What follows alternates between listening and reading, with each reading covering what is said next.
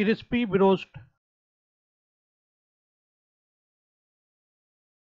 3 चाय के चमचे अदरक, लहसुन और हरी मिर्च का पेस्ट। 1 खाने का चमचा सिरका। 1 खाने का चमचा सोया सॉस। 1 अंडा। आधा चाय का चमचा दखनी मिर्च। 2 खाने के चमचे कॉर्नफ्लोर। आधा चाय का चमचा काली मिर्च। 1 चाय का चमचा नमक। आधा चाय का चमचा लाल मिर्च।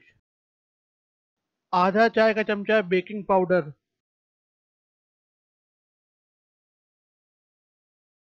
1 किलो चिकन।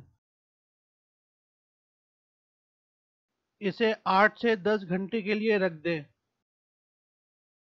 मैदा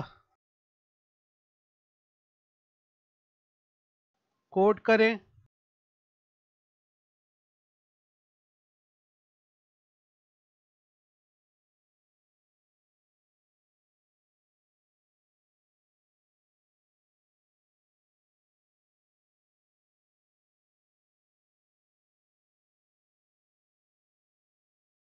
पानी में डुबाएं।